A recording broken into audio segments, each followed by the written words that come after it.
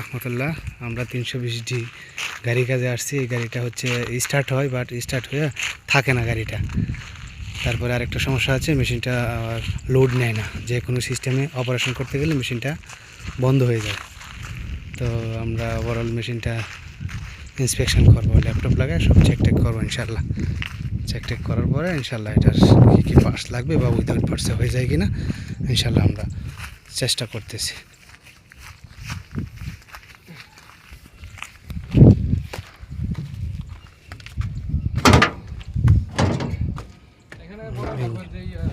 এটার engine model হচ্ছে C6.4। তো আমরা সব কিছু চেক করবো। ওই 15-20 দিন ধরে মেশিনটা এইভাবে বসে আছে। ওনারা অনেক জায়গা থেকে মিস্ত্রি নিয়ে আসছে, নিয়ে আসার পরে ওনারা কাঙ্ক্ষিত সাফল্য পায় নাই।